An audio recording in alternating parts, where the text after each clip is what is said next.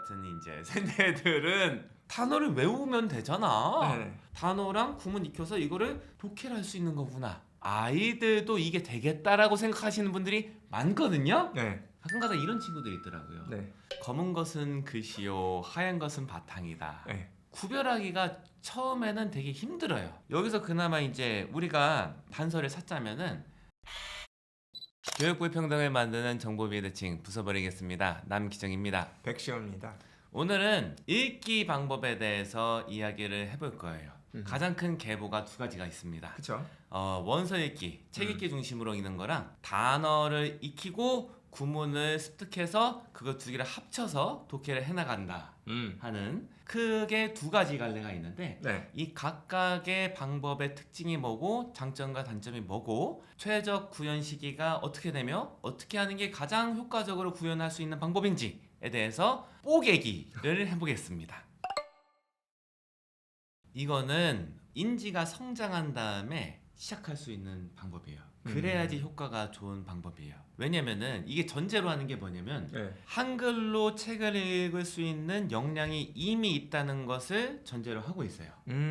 그래서 대체로 이 방법을 썼을 때 뭐 효과를 보고 이런 사람들은 어떤 사람들이냐면은 한글로는 글을 잘 읽어요. 곧잘 읽어서 의미 파악 잘하고 이런 게 어느 정도 습득이 된 상태인데 영어 실력은 낮은 상태예요. 그래서 이 미스매칭이 있는 상태에서 이거를 단기간에 이렇게 끌어올리고 싶은 경우에 그래서 모든 것을 한글 읽기 방식으로 치환하는 거예요. 네. 그래서 단어도 1대1 매칭을 시키죠. 네. 이 영어 단어는 한글로 이거야. 네. 외우고 그 다음에 문장 구조도 매칭시키려는 거죠. 영어 문장 구조가 이렇게 돼 있는 거는 한글에 대응하는 게 이거야. 그래서 요 패턴은 다 일단은 숙지하는 거예요. 그 다음에 요 틀에 맞춰서 영어를 이렇게 끌어올리는 이런 방식이죠. 그래서 이 방법의 장점은 뭐냐? 네. 뚜렷이 있어요. 장점이 뭐냐면은 영어에 대한 노출 시간이 굉장히 적었음에도 불구하고 요 패턴을 익혀서 해당 지문의 단어를 미리 외우면은 네. 그러면 어려운 지문도 국어랑 비슷한 수준으로 이해를 할 수가 있어요. 근데 전제는 뭐냐? 단어를 거의 다 이미 외우고 있어야 되고 그리고 여기에 등장하는 문장 구조 패턴을 이미 다 숙지를 거의 하고 있어야지 이게 가능해요. 학습력이 상당히 있어야겠네요. 예, 학습력이 있어야 된다는 아하. 게 이 방법의 어떻게 보면 단점일 수 있을 것 같아요. 이 방법도 구현을 많이들 못하는 게 네. 이게 실은 되게 어렵거든요. 어려워요. 왜냐? 단어를 이렇게 외울 수 있는 사람이 굉장히 적어요. 네. 단어를 생음기를 해갖고 많이 외운다. 이거는 굉장히 계획적으로 반복을 해야 되고 그러면서도 참을성이 엄청나야 되고 이 실천력과 성실성이 엄청나야 되잖아요. 네네. 재미로 하는 게 아니에요. 그 조건이 좀 많네요. 많아요. 전제되는 조건이 네. 많아요. 네. 이 전제되는 조건들이 갖춰지면은 네. 뭐 효율적인 방법일 수도 네. 있겠다라는 네. 생각이 드는데 네. 이 조건이 네. 만만치 않은데요. 그래서 이걸 잘하는 애들이 누구냐? 네. 소위 말하는 공부를 잘하는 애들이 이걸 잘해요. 계획력 있죠. 네. 실천력이랑 참을성이 있죠. 네. 이게 되는 사람들이 일반인 중에 그렇게 많지 않거든요. 그러니까 참을 줄 아는 사람, 꾸준히 할 수 있는 사람, 계획적으로 할 수 있는 사람 이게 가능해야지만이 이 방법을 쓸 수가 있는데 공부 잘하는 애들이 대체로 이게 있잖아요. 그리고 단어 측면에 주로 이제 중점을 둬서 말씀드렸는데 네. 문장 구조 측면도 마찬가지예요. 이게 아이들 실제로 이제 가르치면은 잘할 수 있는데 네. 이론에도 언어학 이론에도 이런 게 있어요. 실은 초등학교 저학년 이런 아이들이 이 방법으로 배울 수가 없어요. 왜냐? 이 언어를 구조적으로 인지할 수 있는 단계가 아니에요. 아주 가끔 아주 괴상한 친구들이 이런 걸 할 수 있는 애들이 있기는 있어요. 네네. 근데 그 비율이 굉장히 적어요. 보편적으로 사용할 수 있는 방법이 절대 아니에요. 네. 특히 초등학교 저학년까지는 이 문장을 구조적으로 인지할 수 있는 거는 대체로 사춘기 이후 시기 때 이게 가능하죠. 네네. 근데 이 방법의 유래가 어디냐? 저희가 어렸을 때는 실은 중학교 1학년 때 영어를 처음 배웠습니다. 아, 그렇죠. 학교에서는. 예, 예. 예. 그래서 그때 이제 사람들이 썼던 방법이 이거죠. 그때 되면 이미 한글 읽어서 이제 독해할 수 있는 능력은 이미 많이 신장이 돼 있죠. 네네. 근데 영어는 ABC를 지금 시작했단 말이에요. 그렇죠. 그러니까 이게 미스매칭이 거대한 상황에서 시작하려니까 요 구도로 시작하는 게 맞는 방법이었던 거예요. 네. 그러니까 이 전 세대 우리 같은 이제 세대들은 이 방법이 효과가 있어. 네. 단어를 외우면 되잖아. 네. 그리고 문장 구조에 대한 인지가 되니까 네. 문장 구조에 대한 인지가 시작된 후에 이거를 학습했잖아요. 거의. 그러니까 이 효과가 있는 거네. 단어랑 구문 익혀서 이거를 꽤 맞춰서 독해를 할 수 있는 거구나. 이거를 본인이 체감하셨기 때문에 아이들도 이게 되겠다라고 생각하시는 분들이 많거든요. 네. 근데 초등학교 저학년 애들 데리고 이거 한번 해보세요. 난리가 납니다. 초등학교 고학년 중에도 이걸 소화할 수 있는 애들이 그렇게 많지는 않고요. 네. 이 방법이 효용이 있는 거는 제가 봤을 때는 한 중2 정도 네. 이 정도 돼야지 보편적인 아이들은 효용이 좀 있다. 그래서 초등학교 저학년 때 이거 들이밀었다가 무수히 많은 실패를 겪고 나서 등장하게 된 방법이 뭐죠? 바로 원서 읽기로 독해력을 기르는 방법이에요. 이 방법에 대해서 좀 설명해 주시면 감사하겠습니다. 한글 책을 읽는 거랑 같은 방법으로 영어 책을 읽는다 이렇게 생각하시면 됩니다. 약간 어떤 느낌이냐면 뭔지 모르는데 막 읽고 막 하다 보면은 그냥 알아차리는. 그림이 없는데 글씨만 있는데 영어인데 책을 읽고 있어? 이렇게 이제 되게 되는 것이죠. 물론 이 과정이 깁니다. 이 방법을 이제 생각하시는 분들이 두려워하시는 게 이거는 시간이 많이 걸려요. 시간을 많이 투자하셔야 되고 천천히 나가야지 잘 됩니다. 그래서 이 방법은 특히 네. 초등학교 저학년 이럴 때까지는 이거 두 개 붙잖아요. 네. 단어 구문 이렇게 학습시켜 갖고 독해하는 거랑 네. 이 원서 읽기 하는 방법을 이렇게 경쟁을 시켜요. 압도적으로 원서 읽기 애들이 잘해요. 네. 그게 똑같은 시간을 만약에 투자했으면은 뭐 비슷하게 나오거나 한쪽이 더 좋을 수 있는데 이 구문하고 단어 외우기를 할 수가 없거든요. 초등학교 아이들이 이걸 할 수가 없어요. 지겨워가지고 못해요. 막 힘들어요. 맞아요. 어떻게 그걸 합니까? 애들 막 울고불고 난리가 나니까 네. 지속 가능성이 떨어지고. 그래서 이게 전제로 하시는 게 많이들 생각 못 하시는 게 똑같은 시간을 투자했을 때를 비교를 하시거든요. 네. 백승영 원장님이 잘 말씀해 주셨어요. 똑같은 시간 투입 자체가 불가능해요. 음흠. 이거는 노동이에요. 단어를 외우고 구문을 패턴을 익혀갖고 독해를 이렇게 만들어내겠다는 거는 말 그대로 참으면서 하는 그런 공부예요. 네. 고생해요. 애들 입장에서는. 이거는 우리 과학적으로 다 이제 통계를 냈잖아요. 네. 그 집중력 유지 시간, 네. 그 attention span에 따르면은 초등학교 저학년은 이게 20분 이하거든요. 네. 20분 이하를 지속할 수가 없는 방법이에요. 네. 애초에 시간인 자체가 투입이 될 수 있는 지속 가능성이 하늘과 땅 차이예요. 네. 아이들은 이 원서 읽기를 하면은 네. 이거를 공부라고 생각하지 않아요. 놀이라고 생각해요. 그렇죠. 그러니까 몇 시간이고 주구장창 이걸 할 수가 있는 거예요. 네. 왜냐? 재밌으니까. 그래서 네. 접근 자체도 이렇게 해야 돼요. 이걸 막 학습적으로 여기까지 읽어야 돼. 너 이해가 잘 되는 거야? 한번 얘기해봐. 이렇게 접근하면 애들 입장에서는 나 딴 거 할래. 나 이게 싫어 지금. 짜증나. 뭐 이런 게 그냥 나타나고. 네. 제가 보면은 제 그 지도하는 아이들 중에 같은 책을 20몇 번을 읽은 애가 있어요. 이거 나달 해가지고 막 정의가 떨어져 나가고 다시 붙였다가 막 이렇게 읽고 있어요. 이게 얼마나 좋습니까? 공부해. 똑똑 꺼내서 보고 있어. 내가 몰래 보고 있어요. 쉬는 시간 줘야. 쉬는 시간 주면 또 책 꺼내가지고 보고 있어요. 그러니까 그게 자연스럽게 얼마나 실력이 향상됩니까? 이 어른들의 사고방식으로 접근하면은 이 방법은 많은 분들한테 이해가 안 될 거예요. 네. 아니 단어를 모르는데 책을 이해한다고? 네. 이게 어떻게 가능해? 불가능한 소리 하고 있네. 저 사기꾼들 저거 네. 또 시작이다. 또 시작. 이렇게 생각하는 거죠. 그리고 애한테 물어보잖아요. 네. 그러면은 이걸 그 아이들이 어떻게 하냐면 영어로 이해하기 때문에 후루룩 읽고 야 그 내용 좀 설명해봐. 말이 잘 안 나와요. 왜냐 이게 언어가 다르기 때문에 한글로 설명하려면 이거 번역을 해야 된다. 이게 많은 일이 일어나.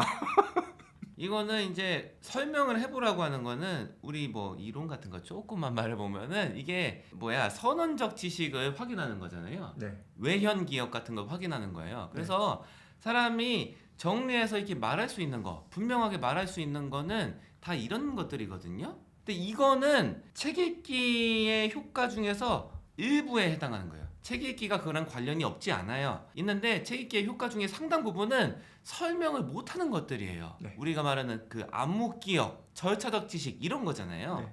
이 설명 못해요. 신발끈 어떻게 묶어요? 이런 거랑 비슷한 거예요.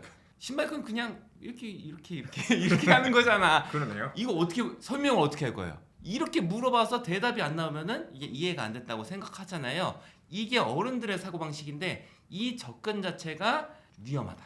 원서 읽기 방식의 단점이라 할 수 있어요. 확인하기가 힘들다. 그래서 뭐예요? 확인이 안 되면 사람은 어떻죠? 불안해요. 불안하면 대체로 어떻게 됩니까? 중간에 그만두게 돼요. 이게 어떻게 보면 단점일 수 있다.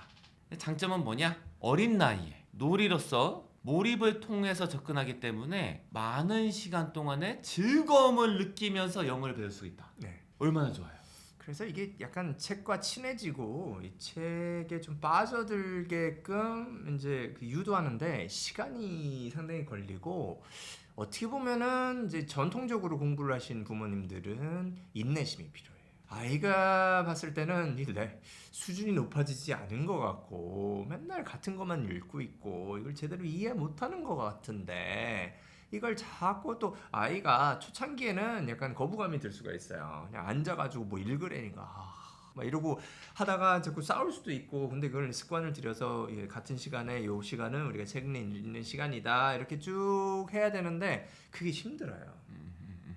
부모님의 손이 많이 갈 수 있어요. 하나하나 설명하는데 손이 간다는 게 아니라 네. 이 책을 아이한테 적합한 책을 발굴하고 적절한 타이밍에 제시하는 거를 실은 많이 애써서 해야 되거든요. 네. 요거가 품이 많이 들어갈 수가 있다. 그런데 저는 요 품이 많이 들어가는 게 그 품에 충분한 가치가 있다고 봐요. 이거야말로 어떠한 사교육도 대체해 줄 수가 없어요. 그 말 그대로 교육 불평등을 만드는 정보 비대칭을 박살내고 어느 장소에서나 어느 지역에서나 할 수 있는 방법이 이거예요. 원서 읽기예요. 품만 들이면 희망이다. 네. 그래서 네. 나이대로 좀 살펴보면은 나이대가 이제 초등학교 저학년이다. 아니면 그보다 더 어릴 수도 있죠. 그러면은 원서 읽기로 가야 돼. 그림책. 이제 뭐 한 페이지에 막 단어 두세 개 있는 것부터 시작을 하고 초등학교 고학년이 되면은 그때부터는 좀 케이스가 달라진다고 저는 봐요. 초등학교 고학년인데 한글 책을 굉장히 많이 읽고 아이의 지적 수준이 그 나이대에 비해서 높다. 그러면은 이제 그 영어 그림책 읽고 막 이러면은 흥미를 못 느껴서 좀 어려울 수 있어요. 이럴 때는 할 수 있는 방법이 한국식으로 좀 할 수 있어요. 그래서 일정 부분 기초적인 단어라든가 뭐 문장 구조라든가 이런 거는 한국식으로 배우고 구문하고 단어를 어느 정도 일정 부분 배우고 아이가 학습력이 좀 있으니까 그 다음에 좀 쉬운 책부터 원서 읽기를 쭉 가는 게 좋은 방법 같아요. 중학교나 중학생이 되면 조금 더 한국적인 방법을 할 수 있는 게 맞는 것 같아요. 만약에 영어 자체가 좀 기초가 부족해서 정말 원서 읽기가 좀 어렵다고 하면 이럴 때는 원서를 그냥 읽으면 좋겠으나 그게 좀 어려우면 한국적인 방법 조금 하다가 원서 읽기로 가는 게 그래도 낫다. 저는 이렇게 봅니다. 네. 저는 결과적으로는 원서 읽기로 다 가야 된다 이렇게 네. 봐요. 왜냐면은 단어 외우고 구문 익혀갖고 이거를 합쳐서 독해하는 방법은 치명적인 결함이 있어요. 뭐냐? 읽기가 너무 느려. 이거는 요거에 대해서 이제 또 이론적인 배경을 좀 말씀을 드리자면 자, 그 데니얼 캐너먼이라는 사람이 있습니다. 예. 우리 인간의 사고의 유형을 분류한 분이에요. 네. 우리 인간은 분석적인 사고를 했을 때 생각이 느리다. 그렇죠. 우리가 직관적인 사고를 하면은 생각이 빠르다. 이 둘 다 이제 필요하거든요. 생각이 빠른 것뿐만 아니라 에너지 소모가 적어요. 맞아요. 정신력 할당이 적어요. 자연스럽게 받아들이니까 데미지라고 하나요? 요즘 말로 그게 적어요. 그래서 이 읽는 속도가 이거잖아요. 그러면은 자 시험 이제 말씀드릴게요. 수능 제 시간에 못 풀어요. 공인영어 시험 중에 제 시간에 풀 수 있는 게 없어. 토플 제 시간에 못 풀어요. 토익도 안 돼. 탭스도 안 돼. 다 안 돼. 제 시간에 풀 수 있는 게 없어요. 그 하나하나 분석적으로 따지고 이렇게 한다고요? 그런 시간이 없다니까요. 안 돼요. 그러면은 네네. 이게 원서 읽기가 다 좋은 건 또 아니잖아요. 또 어려운 점이 분명히 있습니다. 우리가 알고 있는 가장 좋은 방법이긴 한데 네. 이것도 이제 100%는 안 되는 게 가끔가다 이런 친구들이 있더라고요. 네. 검은 것은 글씨요, 하얀 것은 바탕이다. 네. 그리고 나는 관심 분야가 그림이야. 네. 이렇게 다 시작은 하는데 네. 여기에서 계속 머무는 친구들이 있더라고요. 네. 그러니까 이 독서 습관이 이제 발전을 이제 좀 해야 되는데 그게 잘 안 되고 아주 기묘하게 책을 읽는 친구들이 간혹 있어요. 이거는 구별하기가 처음에는 되게 힘들어요. 그러니까 다 이러거든요. 처음에는 안 이런 친구들이 없어요. 처음에 원서 읽기를 했을 때. 근데 그게 갈리거든요. 서서히. 저는 여기서 그나마 이제 우리가 단서를 찾자면은 몰입이 이루어지고 있냐, 그거를 키워드로 잡고 싶어요. 맞아요. 이게 몰입이 없이는 애들은 절대로, 특히 초등학생들은 절대로 1시간 이상 이거 보고 있을 수가 없어요. 저는 그거를 사인으로 봐요. 이게 신호다. 네. 맞아요. 그래서 키워드가 이해라든가 학습이 아니라 몰입, 요것을 중점적으로 핵심적으로 생각을 하시고 아이들을 지도하시는 게 좋아요. 그래서 제가 여태까지 본 아이들도 일단은 아이들은 재밌는 게 세상이 너무 많아요. 예전보다 많아가지고 책보다 더 재밌는 거예요. 책도 재밌는데 책보다 재밌는 게 더 많으니까 그걸 경쟁하면 이길 수가 없어요. 그래서 이 경쟁자들을 제거해야 돼요. 여기서도 또 이제 그 암투가 벌어질 수 있죠. 아이 입장에서는 아니 쟤는 이거 뭐 인스타그램 그 다 있어. 나 왜 똘이 돼? 그러면 엄마 입장에서는 이거 강력한데. 야 이거 어떻게 얘기하지? 그래도 제가 보면은 좀 책이랑 친하고 이런 거 하는 부모님들 중에 그냥 깡통폰 뭔진 모르겠어요. 뭐 없어요. 뭐 없어. 할 게 없어. 문자나 보내고 있어요 친구랑. 그게 또 재밌대요. 문자 보내고 있어요. 소셜 미디어라고 하는 것들, 유튜브도 소셜 미디어죠. 이런 것들은 좀 멀리할 수 있도록 좀 시간을 제한하거나 아예 사실은 그 스마트폰은 고등학교 가기 전에는 사주지 않는 게 좋습니다. 유명한 예로 스티브 잡스 있죠? 스티브 잡스는 미성년자인 자기 자식들한테는 스마트폰을 주지 않고 절대 허락하지 않았어요. 그건 다 이유가 있는 것이죠. 그 당시에는 뭐 소셜 미디어 이런 게 발전이 되지도 않았었는데 절대 허락하지 않았어요. 최소한 중학교 때가 진짜 안 좋아요. 피크라고 보시면 돼요. 우리 조나탄 하이트가 쓴 Anxious Generation에 따르면 이게 통계를 바탕으로 하는 건데 지금 연구들이 막 쏟아져 나오고 있어요. 예전에 담배가 몸에 안 좋다는 연구가 나왔던 때처럼 1950년대, 1960년대에 엄청나게 연구들이 나와서 사람들의 인식이 바뀌고 이렇게 됐는데 지금도 똑같은 일이 벌어지고 있어요. 그래서 아이들한테는 굉장히 정신적으로 안 좋기 때문에 중학교 때까지는 스마트폰이라든가 소셜미디어에서 접근하지 않도록 해주시고 그러면 아이들이 책에 대한 집중력이 좀 더 강하지 않을까 생각을 합니다. 그러면 억지로라도 책을 읽히는 거는 효과가 어떨까요? 그러니까 일반적으로 이제 생각을 봤을 때 모든 아이들이 다 책을 좋아하는 것도 아니고 내 아이는 뭐 책을 별로 안 좋아하는데 뭐 효과가 있을까? 똑같이 힘든 거 아니야. 그냥 간단히 단어 외우고 구문 독해하고 번역해가지고 시험 잘 보면 되지. 일반적으로는 확률상으로 보면은 책을 별로 친하지 않은 애가 단어를 외우고 구문을 열심히 한다 가능성이 낮아요. 오히려 책에 좀 빠져드는 애가 그래도 구문도 하고 단어도 외울 확률이 높습니다. 그러니까 책을 별로 좋아하지 않아요. 그래서 뭐 단어라든가 구문을 할 수 있는 능력이 있어요. 좀 해봤는데 괜찮다고 해요. 그러면은 하면은 괜찮을 것 같아요. 차선책이 될 수 있죠. 책이랑 싫고 책을 싫어하는데 다른 방법으로 공부를 할 수 있다. 그럼 그걸 하면 된다. 저는 이렇게 보고 물론 차선책이고 갈 수 있는 수준은 좀 차이가 나요. 끝까지 어디까지 갈 수 있는지는. 그리고 아까 말씀드린 그 품이라든가 좀 어려운 것이 이 부분이에요. 그러니까 아이가 가지고 있는 능력을 최대한 발휘하려면 책이랑 좀 친해져야 되는데 그것도 어떻게 보면 능력이고 아이의 특성인데 아이가 좋아할 수 있을 만큼 좋아하게 만드는 요게 힘들어요. 그래서 그 엄마표 영어가 또 좋은 점이 아이를 잘 아시잖아요. 그래서 이제 밀당이라든가 이걸 굉장히 많이 해야 되고 아이의 심리를 생각해가지고 막 작전을 짜고 막 이런 걸 해야 돼요. 그거를 좀 잘할 수 있는 분이 부모님, 어머님인 경우가 굉장히 많아요.